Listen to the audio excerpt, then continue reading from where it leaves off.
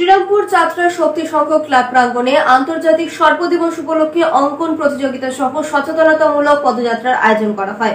আন্তর্জাতিক সর্প দিবস উপলক্ষে শ্রীরামপুর যাত্রা শক্তি সংঘ ক্লাব প্রাঙ্গণে অঙ্কন প্রতিযোগিতার আয়োজন করা হয় স্বেচ্ছাসেবী সংস্থা বন্ধুর হাতের উদ্যোগে। শ্রীরামপুর গান্ধী ময়দান থেকে শ্রীরামপুর বটতলা পর্যন্ত সচেতনতামূলক পদযাত্রা হয়। শেষে শ্রীরামপুর রাধা গোবিন্দ জিউর মন্দিরে ঋষি বঙ্কিমচন্দ্র স্মরণীতে সান্ধ্যকালীন এক মনোজ্ঞ অনুষ্ঠানে গুণীজন সম্বর্ধনা পুরস্কার বিতরণী অনুষ্ঠান হয় এবং নবীন রেস্কিউদের সম্বর্ধনা জ্ঞাপন করে উৎসাহ প্রদান করা হয়।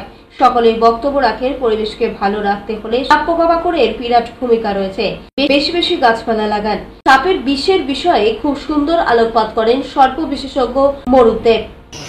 বিশ্ব সর্প দিবসে আজকে বন্ধুর হাতের উদ্যোগে একটি র্যালি আড়াইশ ময়দান থেকে বটতলা মোড় পর্যন্ত হয়েছিল এবং তার আগে আমরা 13 তারিখে একটি আঁকা প্রতিযোগিতা করেছিলাম।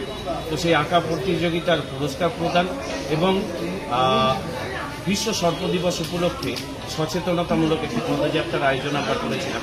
আমরা জানি যে পশ্চিমবঙ্গে প্রায় 25 থেকে 30 হাজার মানুষ প্রত্যেক বছর সাপের কামড়ে মারা যায়। তো এই সাপের কামড়ে মারা যাওয়ার প্রত্যেকটি ঘটনা হচ্ছে অসচেতনতার জন্য। তাই সচেতনতা বৃদ্ধি আমাদের একান্তভাবে প্রয়োজন যদি আমরা এই প্রান্তিক শ্রেণীর মানুষগুলোকে বাঁচাতে পারি।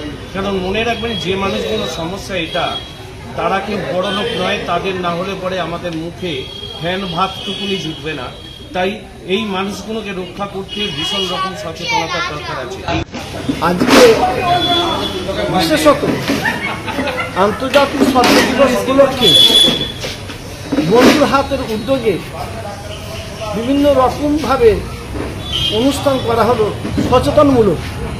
মূলত বন্ধুর হাতের লক্ষ্য যে মানুষের কাছে একটা বার্তা যায় যে পরিবেশকে বাঁচাতে হলে বিভিন্ন রকমভাবে পশু প্রাণী সাপ পতঙ্গের ভূমিকা রয়েছে, গাছপালারও ভূমিকা রয়েছে। সারা বছর ধরে বন্ধুর হাতের উদ্যোগে বিভিন্ন জায়গায় বিভিন্ন রকমভাবে গাছ বসানো হয় যাতে করে পরিবেশ সুস্থ থাকে, পরিবেশ ভালো থাকে।